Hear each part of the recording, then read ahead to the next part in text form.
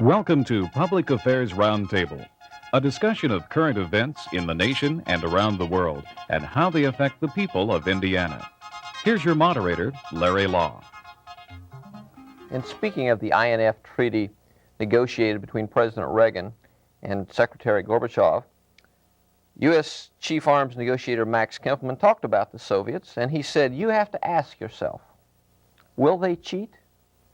And our conclusion was that whenever they can cheat, and you assume they will, it won't hurt us. And so we say, under those circumstances, we recommend this treaty. Today on Public Affairs Roundtable, we'll talk about the INF Treaty, about the Soviets, about cheating, and about verification. Our panelists today are Dr. Manfred Eimer, currently Acting Director of the U.S. Arms Control and Disarmament Agency, Ruth Howes, Director for the Center for Global Security Studies and Professor in the Department of Physics here at Ball State University, and John Rouse, our Executive Producer and a member of the Political Science faculty here at Ball State. Dr. Eimer, you told Science Magazine that the Soviets have been, always have, perhaps always will, pursue a pattern of non-compliance to their legal obligations and political commitments. Speaking specifically about, will they cheat? Will they? Well, it's hard to make a prediction. I think in the past they have, and what we try to do in the current treaties is to make it difficult for them to cheat without being detected. And that's the first step. You have to detect it first, and then you have to react to it. And we hopefully will do both. If they do cheat, we'll detect it and we'll react and try to get it stopped. There's a question: is if the cheating is militarily significant, or if it is not militarily significant? Is it important whether it is or not, or is the fact that they cheat of any importance? It's the fact that they cheat that's important. It's whether it's militarily significant. Clearly would be important if it ever got to that stage. But the way treaties are drafted, the initial violations would be far from militarily significant. I mean, that's the intent of the drafting process, is to not get ourselves in a state where initial violations would become militarily significant. You know, haven't things gotten to the point that it really doesn't matter if they cheat? Because if they cheat, it's not going to make that much difference in terms of what they're going to gain. Well, it makes a lot of difference to arms control. I mean, in the sense that arms control is an element of our national security policy. It's disastrous for arms control if in fact the Soviets, every time the Soviets do cheat, because it does raise questions about whether the arms control process should continue. This is independent of whatever military impact that cheating may have. Now I understand that in terms of if you have an agreement with someone, and if they break the agreement, that's a very serious thing, regardless of whether they're cheating for 5 cents or $1. But in terms of what they gain from it, or what we might gain from it, isn't from what I've read, in terms of trying to get a unilateral advantage, isn't that becoming increasingly more difficult for both sides? Well, I think it is difficult for the Soviets to get unilateral advantage by cheating, primarily because the way treaties are constructed, as soon as they step over the line, they will call them, and it'll be far from a point where they in fact do have a significant advantage. And we try to understand why the Soviets cheat, and that's obviously very difficult. But if you look at what they have done in various treaty areas, and in some cases there's no military advantage at all in what they've done. And in one particular case, what they do is they save a little money by cheating, but they don't gain any advantage. So it's hard to guess why they do what they do, but the fact is that if arms control is going to have any future, we've got to stop it. We've got to stop the Soviet violations. Ruth, we had Congressman Dan Burton from Indiana's 6th District on this program recently, and Congressman Burton is a very conservative Republican who is an opponent of the INF Treaty. His contention was that this treaty essentially eliminates some important weapons from the arsenal of the NATO allies and does almost nothing in terms of reducing the arsenal, the nuclear arsenal of the Soviet Union. He is even obviously at odds with President Reagan on this. Is this treaty so open to interpretation and open in terms of its language that there can be these two opposing forces that don't seem to agree on what the treaty says? I don't think the language of the treaty is that indistinct at all. The weapons that are to be eliminated are spelled out in really gory detail, including which valves you have to smash in order that the weapon can be considered disabled. The Soviets are numerically destroying more missiles than we will destroy and removing more warheads from the stockpile than we will remove from the stockpile. I think Congressman Burton's argument is that the weapons that are eliminated have particular set of ranges in terms of how far they can travel. And so that if we eliminate these weapons, then we will not be able to strike at certain targets without using our strategic nuclear forces. In my opinion, this is not a very good argument, because I think any target that could be covered by the missiles that have been removed under the INF Treaty could be attacked by other weapons in the stockpile.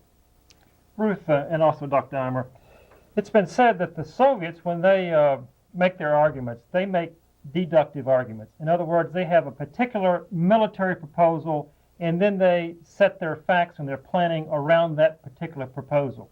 Whereas in the West, we have an inductive method where we have to go to the people in terms of getting a broad consensus. Does it really make any difference when you set up arms control and these kinds of mechanisms, whether it's deductively thought out or inductively thought out? I don't think it makes much difference. They have the same kind of internal pressures in some ways than as we do. They operate obviously differently, and then we don't really know exactly how they do operate, but they have elements that emphasize the needs of the military, and they have elements that emphasize the needs of the economy, just like we do, and they appear to speak more with one voice, but that probably is more control of the internal dissension, in the sense of keeping the dissension internal rather than the way we operate, where it is important for us to lay out all the arguments pro and con in every arms control area, and let the people be involved, and in particular the Congress, and most of all the Senate has to be involved in this. Are guests allowed to ask questions? If so, could I ask you, you've negotiated with the Soviets under several Soviet regimes. Have you noticed any difference in the way the Soviets are negotiating under the Gorbachev regime? I think there is a difference between Gorbachev and his predecessors, at least as how the negotiators deal with us. It's probably more in tone than in substance. But there is I think all of the people who negotiate with them find that there is a difference. Is there any concern that Gorbachev, being perhaps more progressive, even within the context of the Soviet society, radical, that perhaps Gorbachev's tenure won't be long, that perhaps this treaty will live only as long as a short Gorbachev regime? No, I doubt that. I suspect that the way he operates is a little different, but what I try to say is that the way the tone is different, but there hasn't been any change in terms of, so to go back to compliance, their actions with respect to existing treaties. I mean, they haven't cleaned up their act any more than the previous administration. So they have a better image, but in fact, if you watch what they do, it's not always consistent with the somewhat more favorable public image that Gorbachev has. But isn't this recent INF discussion very different from the point of view of verification? For example, Soviets are going to Utah. Apparently, Americans are going to go to the Soviet Union, and there will indeed be inspection teams in place about these kinds of weapons. I mean, isn't that a key difference? Oh, it is a key difference. It is a difference, and it's a very important difference. Now, but it is also, I should point out that there was at least one other treaty that had somewhat similar arrangements. It just never got implemented. I mean, if you look at one of the nuclear treaties, you find that same kind of on-site presence that it's like there is in INF. But INF clearly is a break with the past in the sense that not only are those provisions in the treaty, but there is the expectation that they will in fact be implemented, and some of the implementation steps have already taken place. Yeah, if it's not significant in that 2,800 or so missiles are being destroyed, the verification process seems to be turning the corner here. But can Americans be confident in the methodology and the technology that's involved in verification? Well, verification is becoming increasingly difficult, and And INF was probably one of the easiest treaties in terms of verification that you can imagine, because it eliminates a whole class of missiles, and the missiles are still relatively large. If you project to future treaties, you find that none of that is true. In other words, we're dealing with, to some extent, even smaller things, and we're not going to eliminate whole classes. And so while INF, I think, worked out very well as far as verification, it probably is about as good as we're going to get, certainly in this century. Then what you're saying is that it's as good as we can do now, or is this? I guess is this a compromise? Yeah. Are we as far as we can go in terms of verification, or is this something of a compromise we're living with? I think that the INF treaty is about as far as we can go in verification. We had pretty much everything that we asked for, and everything that we needed. I think in future treaties it's going to be difficult to get either for a number of reasons.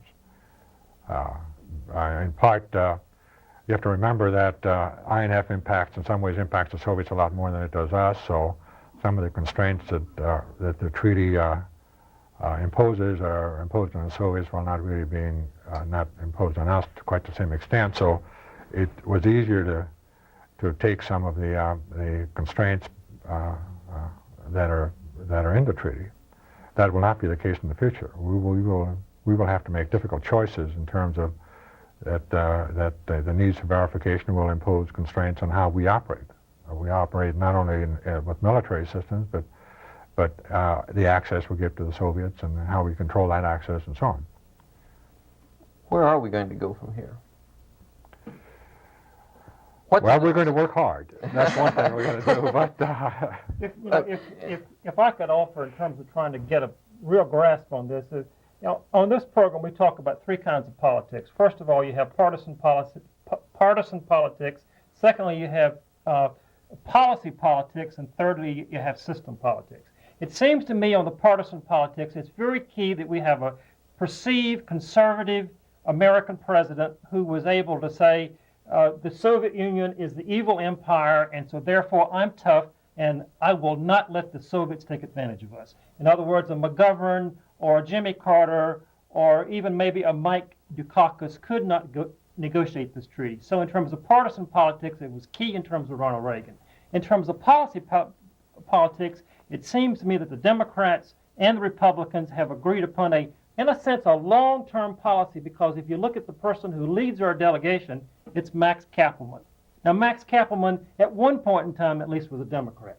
I mean, some people, and he's a close friend of Jeane Kirkpatrick, and so there you have a Democrat who, in terms of policy, or at least he was a Democrat at one time, negotiating policy. Now, when it comes to systems, the technology, and that's where your agency comes in, as I understand it, systems are very difficult, and even with the policy people like Max Kappelman or the politicians, we depend upon you folks to tell us, will it work? Is that a fair assessment? That's a fair assessment. I think that the partisan, I would say that the partisan politics component is probably, I would not make it quite as strong as you've indicated. I think that it's what has happened is that because we have a conservative president, that he manages to get the support of conservatives in the Congress. But as far as negotiating with the Soviets, well, I think the president has done an outstanding job. I don't know whether that's a function of his politics as much of than his own background in negotiations and so on. So if we have another president, whatever party is, who understands negotiation with the Soviets, we could probably go through the same kind of thing. The partisan politics comes in as to what extent that would be accepted on the more partisan fora, which are in the Congress. Some people say that perhaps he's done his easiest negotiating with Gorbachev, and the toughest negotiating is yet to come with some conservatives in Congress.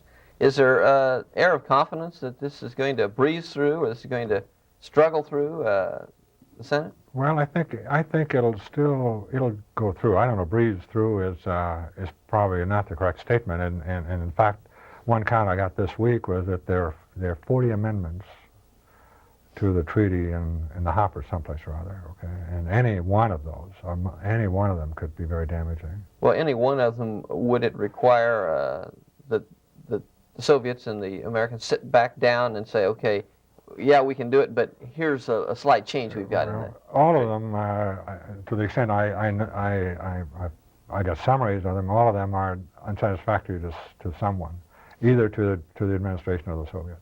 So we have to overcome them. Are we going to need to renegotiate with the Soviets, though, is what I'm saying? The expectation is that we would not. But it's not going to be easy, and the timing is very close because of the fact that if the president, in fact, is going to sign the treaty during the summit, there is not a lot of time left.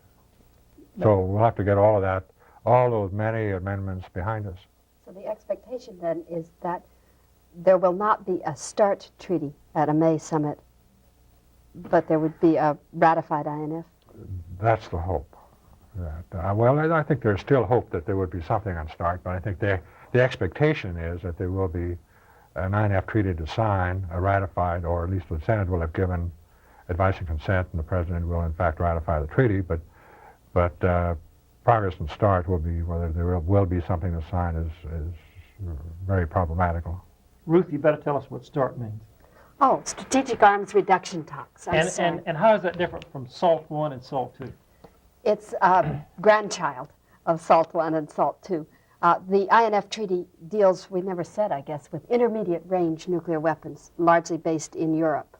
The strategic arms have intercontinental range. And the important thing, if I can go back to verification for a second, the important thing about START is that there we're dealing with weapons that directly threaten the United States.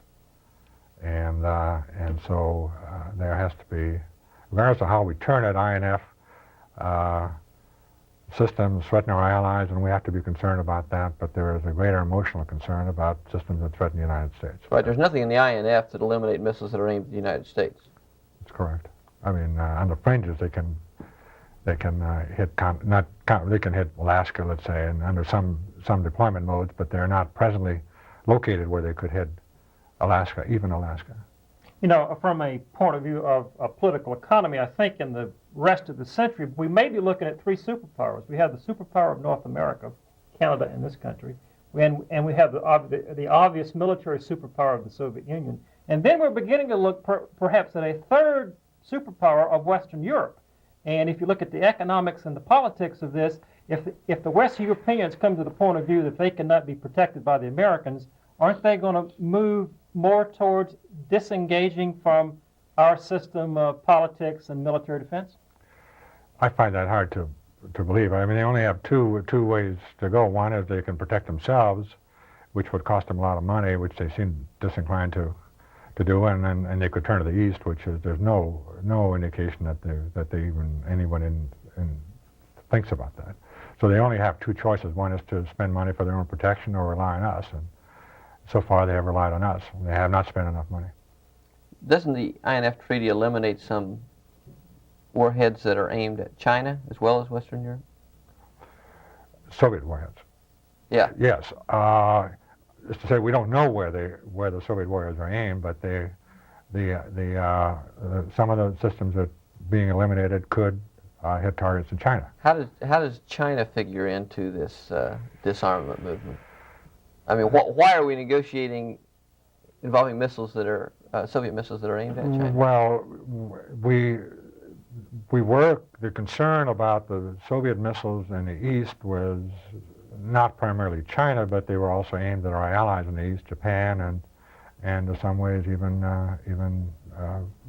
conceptually even Australia, but primarily Japan. So the SS-20s had the capability to strike not only our allies in Europe, but also our allies in the East. And obviously thought was given to China, but that was not the primary concern. We as various officials went around the country to try to get our allies to understand and support the INF treaty objectives. We did touch base frequently with Japan, and I think occasionally with China, but it was Japan that was more of concern. China's a coincidental beneficiary of this, then?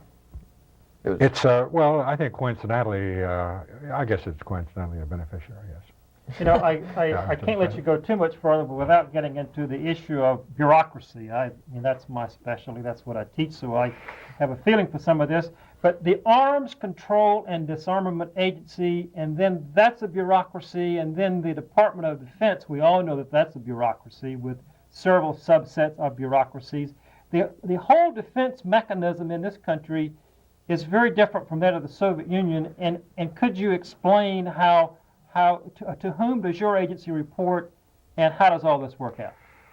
Well, it sometimes works out well, but sometimes it doesn't work out well. But the director, I guess that's me today, reports to the President of the United States through the Secretary of State. We're, you might say, a hybrid organization, or an independent agency where the director, in fact, reports to the President. And the arms control work, the bureaucratic work, is carried out by the participation of 5 agencies: the Arms Control and Disarmament Agency, the Department of the Secretary of Defense, Joint Chiefs of Staff, State, and if I got, and the the Director of Central Intelligence. That's the bureaucracy that makes up the arms control effort. So Max Kappelman, who is our negotiator in Geneva, he reports to the Secretary of State? Well, when in his role of negotiator, he is an ambassador, and in that role, you might say, he reports both to the President and to the Secretary of State, as all ambassadors do, but he is the President's representative. Nothing goes on in negotiations without the direct approval of the President. May I ask, will the Arms Control and Disarmament Agency be charged with implementing the verification provisions, the on-site inspections? Well, there was a great deal of discussion as how the on-site inspection provisions should be implemented. And the final resolution, which not everybody is overjoyed with, is that it will initially be an operation under the management of the Department of Defense, and in other words, the leadership initially will be from the Department of Defense, and the Arms Control and Disarmament Agency will have what is called a principal deputy. So the number 2 man by presidential directive is from the Arms Control and Disarmament Agency, but the leadership is a military officer. Can we look beyond INF? Can we look to the, as I said earlier, the next step? Where do we go from here? Well, there are a number of prospective agreements. Some pose unusual difficulties, but the 2 that are probably most in everyone's sights are, first, the strategic arms control talks that we talked about a minute ago, START, and there continues to be effort to do something about nuclear testing. The U.S. position is that before we do any more on limitations on underground nuclear tests, we want to improve the present treaty, which limits both the U.S. and the Soviet Union to a maximum yield of 150 kilotons for underground nuclear tests. We've had a lot of difficulty in determining Soviet compliance with those limits, and so the present U.S. policy is that we want to engage the Soviets, and we have engaged the Soviets in improving that treaty so that there will be greater assurance of compliance. Now, the Soviets want to go beyond that and add additional limitations, and the President has agreed to discuss such additional limitations after improvements in the verifiability of the present treaty are completed. Of course, the President's only going to be the President for another 9 or 10 months. Is who is elected President going to shape in any significant form which way we go? Somehow I don't think so. I think that the reason I don't think so is because I think everybody recognizes that arms control is such a long-term process that if a new president comes in and makes dramatic changes, he will not accomplish anything, because by the time he leaves office, he will have made changes but no progress. I mean, if you just look at the INF Treaty, it's been under active negotiations, depending when you count the start, let's say 9 years or 8 years. It's actually longer than this presidency. So, the detail was shaped by this administration, but the actual thrust of trying to limit what were then called theater nuclear forces in fact, started at the last administration, and I think that's the way it has to be. Some of the more complicated treaties take decades to bring about, and so while every administration that comes in probably adds its special flavor and its different personnel, I think the main outlines are probably relatively stable. Yeah, I think as we look at those three items again, partisan, policy, and systems, I would say that the policy is one that is long range over many years. But let me ask you a question about systems, because in American public administration there is a concern that the technicians, the scientific people like yourself, have too much power over the policymakers and the politicians. Do you think that the scientific people, people like Ruth, for example, who's an expert on physics and telling me how far a missile can go, do you think that the scientific people have too much power? John, I know that's from a political scientist. We scientists say it's the policy people who are messing it up. Well, it's a fair question, right?